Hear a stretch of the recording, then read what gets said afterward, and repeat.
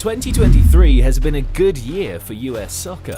Following a positive campaign at the 2022 World Cup, the team has grown in strength significantly by adding more talent to the ranks, particularly in the form of Monaco striker Folarin Balogun. The USMNT also won the CONCACAF Nations League in June, defeating rivals Mexico and Canada on their way to the trophy. It's safe to say the national team is on the up with a bright future ahead.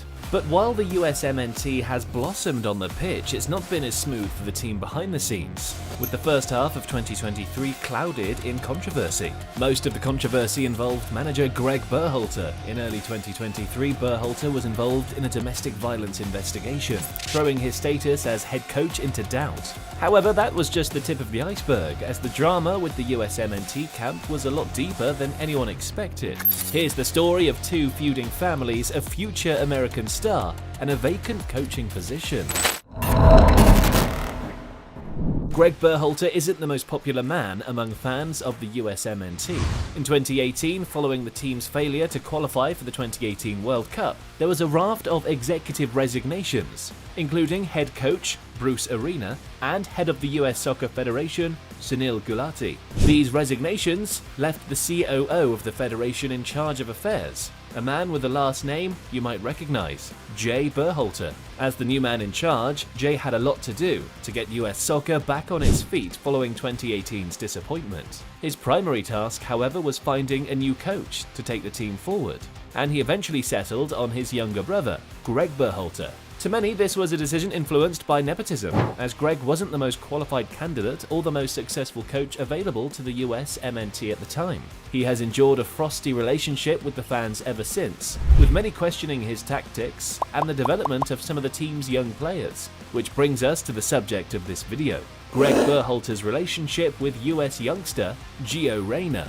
Reyna is widely considered the next big superstar of American football. Like Pulisic a few years ago, the 20-year-old is a fan favorite and a prodigy, with high expectations on his shoulders. However, Reyna doesn't always see eye to eye with USMNT manager Gregg Berhalter. Approaching the 2022 World Cup, Reyna had spent the majority of the year injured, leading to reduced involvement for both club and country. But the youngster would regain some fitness and feature regularly for Dortmund in October and November, ahead of the tournament in the winter, hinting that he was ready for an important role with the USMNT. But things unfolded differently in Qatar.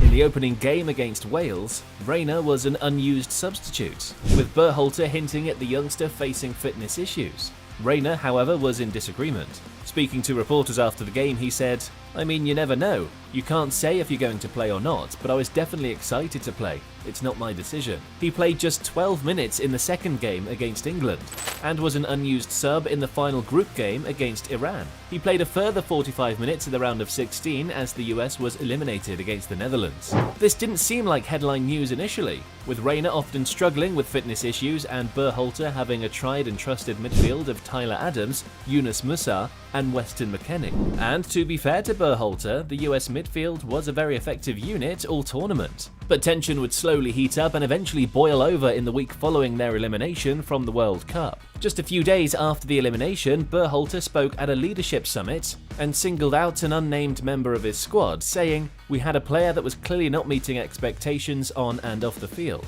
One of 26 players, so it stood out. As a staff, we sat together for hours deliberating what we were going to do with this player. We were ready to book a plane ticket home. That's how extreme it was." 5 days later, Berhalter's comments went public, sending the media into a frenzy. And naturally, the question on everyone's lips was who? His comments didn't go down well with the Reyna family, who already knew Berhalter's remarks were aimed at Gio.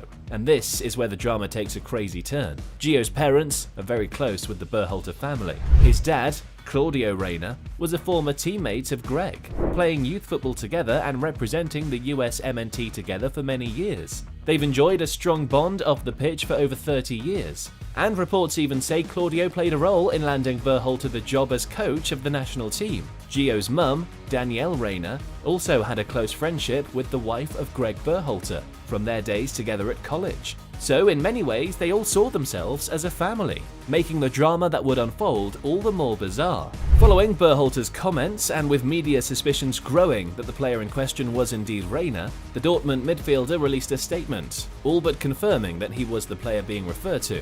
In the statement he said, "I hope not to comment on matters at the World Cup. It is my belief that things that happen in a team setting ought to remain private. That being said, statements have been made that reflect on my professionalism and character, so I feel the need to make a brief statement." He would go on to state that ahead of the team's opening game against Wales, he was informed by Berhalter that he would play a minimal role for the US at the tournament. But according to him, he remained professional and committed to helping the team despite being disappointed. But Gregg Berhalter saw things differently, hinting at Reyna sulking and not giving his all in training after receiving the news. Already irate from their son's lack of involvement at the World Cup, the Reyna family saw Berhalter's comments as an insult. And on the same day the comments were made public, US Soccer Federation Sporting Director Ernie Stewart received information relating to a domestic violence case involving manager Gregg Berhalter. The person who provided this information would later be revealed to be Gio's mum, Danielle Reyna, who saw it as payback for Berhalter's treatment of her son.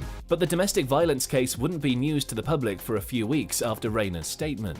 On January 1st, 2023, Gregg Berhalter's contract was up with a renewal expected to be a formality after the USMNT's impressive World Cup campaign, but an announcement wasn't forthcoming. On January 3rd, Berhalter took to social media disclosing the details of the 1991 domestic violence incident. He had got into an argument with his then-girlfriend, Rosalind, now his wife, and kicked her. They broke up, and Gregg went to therapy. Eventually, they got back together and got married. Obviously, this was in the past and a very long time ago, and Berhalter would have preferred if this news remained out of the public eye. But as part of his statement, he said someone had contacted the US Federation with this information with a plan to take him down. Shortly after Berhalter's statement, the US Federation released a statement of their own, saying that they had hired an outside law firm to investigate the allegations against Berhalter first raised on December 11th, which explained the delay in renewing his contract. The day after the announcements, ESPN revealed that Danielle Reyna was behind the 1991 incident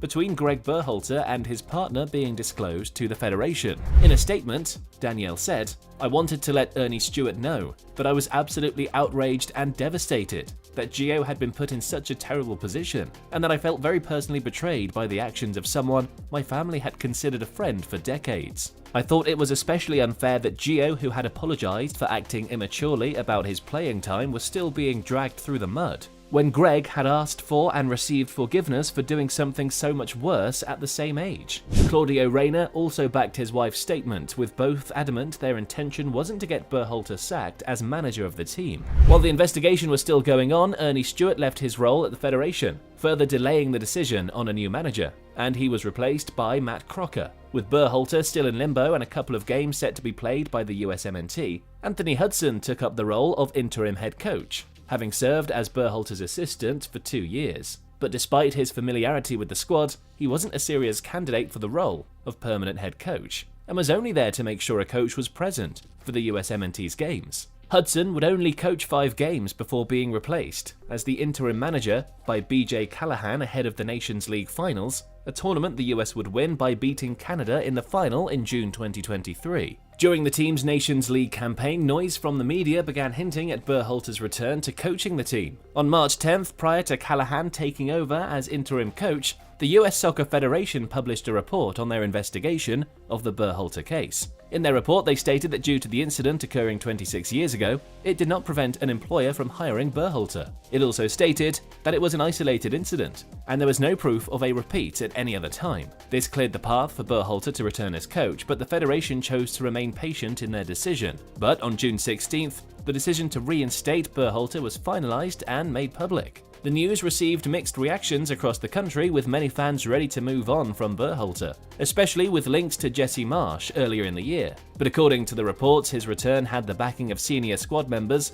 like Pulisic, Tim Ream, and captain Tyler Adams, who were fond of his playstyle. However, the elephant in the room had to be addressed for the team to move forward. Interestingly, the first comments regarding the Reyna-Berhalter situation didn't come from either party. Instead, new director of the Federation Matt Crocker said, "Of course, Gregg has had conversations with Gio Reyna, and we are in a place where as soon as Gio is fit, he'll be in the next camp, and there'll be a way forward." But questions remained about how Reyna and Berhalter would fit going forward. not just with the existing feuds between their families, but also due to the fact that Reyna wasn't an obvious fit in Berhalter's preferred midfield setup. Berhalter made his return to the dugout on September 9, 2023, in a 3-0 win over Uzbekistan. At the time, Reyna was in rehabilitation from an injury that prevented him from being part of the squad, but he was finally called up by Berhalter ahead of matches against Germany and Ghana in October. Speaking at a press conference ahead of the game against Germany, Berhalter addressed his relationship with Reyna, saying,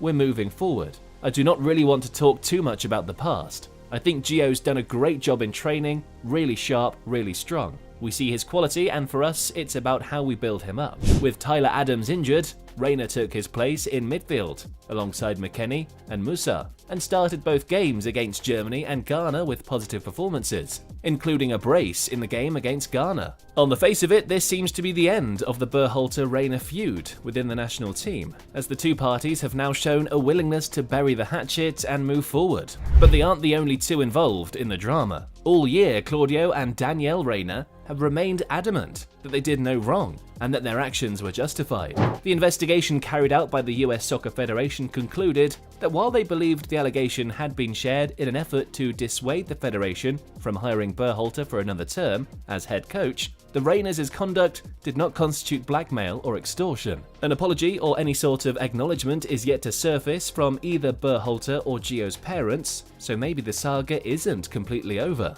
What's clear, however, is that Gio and Berhalter are both focused on winning, and with the 2026 World Cup set to be played in the US, both men working together is crucial for the USMNT's success.